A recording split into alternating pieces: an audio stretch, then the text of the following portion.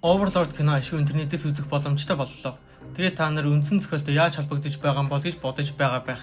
Та нарын зарим нэг нь дөрөвдүгээр удирдлынхаа үргэлжлэлэн гэж бас бодож байгаа байх. Яг үнэндээ энэ киноны үйл явдал нь дөрөвдүгээр удирдлынхаа дундуур болж байгаа. За тайлбарлаж өгье. Хэрвээ ариун улсын үйл явдал болоогүй байсан бол Филипп зөөж байсан хүнснээс нь хулгайлахгүй байх байсан. Филиппээс болж усан сүрхгүй байх байсан гэсэн үг. Дөрөвдүгээр удирдлын 7 дугаар ангидээр Айнз эзэн тусаас буцаж Дволфодын улс руу очиж луу авчирсны дараа Дэмүргэстэй болсон зүйлсийн талаар ярилцдаг. Ярианы сүлээр Дэмүргэсийн ариун улсын талаарх төлөвлөгөөний талаар хальт дурддаг. Яг Японоор бол ариун улс гэж хэлдэг ч гэсэн англи орчуулагч нь Theocracy гэд орчуулчихсан байсан. Дэмүргэсийн гаргасан төлөвлөгөөгөр бол Дэмүргэс намар хөдөлж эхлээд Айнз харин өвөл очиж ариун улсыг аварна гэж төлөвлөсөн буюу 3-4 сарын төлөвлөгөө байсан. Гэтэл 8 дугаар анги эхлэх үед аль хэдийн ариун улсын үйл явдал болоод дуусчихсан байдаг. Ангийн ихэнд Занаг Ханку чөтгөрийн хаан Ярдаболтын талаар дурдах үед дүү нугасаа бидэрт хийж чадах зүйл байхгүй байсан гэж хариулдаг. Айнзын шидэд улс энэ хэргийг шийдэснээр их сайн үнэлэгддэг болсон гэж дурддаг. Дээрээс нь ариун улсын иргэдэд хүн сангамж өгдөг болсноор илүү сайн улс гэгдэх болсон.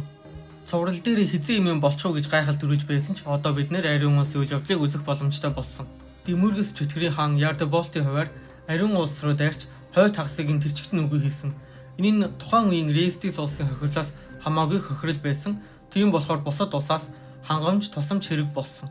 2 дугаар улирал дээр Дэмүргэс Рейстис улсын тал хангамжийг хулгайлаагүй байсан бол Рейстис улс ариун улсад тусламж үзүүлэх байсан.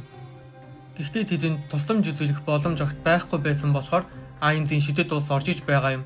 Цэрэг болон хүнсээр хангаж өгч байсан болохоор шидэд улсын нэр хүнд өсөж Рейстис улс нэг хамтрагч улсаа алдсан. Энэ бүгд Дэмүргэсийн төлөвлөгөө байсан бөгөөд дараа нь Рейстис улсыг сүрүүлэх бодолтой байсан. Тэгсэн Филипп ариун улс руу зөөж байсан хангамжаас сулгайлж Рейстис улсыг сүрүүлэх төлөвлөгөөг хурдлуулах шалтгаан болсон. Цааш юу болсыг бид нар мэдэж байгаа.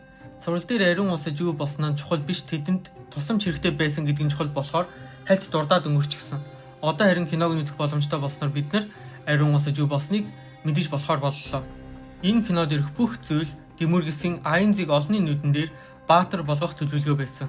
Кинонд лайт новел дээрээс хассан зүйл зөндөө байгаа ч гэсэн надад маш их таалагдсан. Монголд орчуулсан газар байгаа эсэхийг нь мэдэхгүй байна. Англи орчуулгатай чамаагүй үзмээр байгаа хүмүүс байвал Animo TV/ гэх сайтад орсон байна лээ.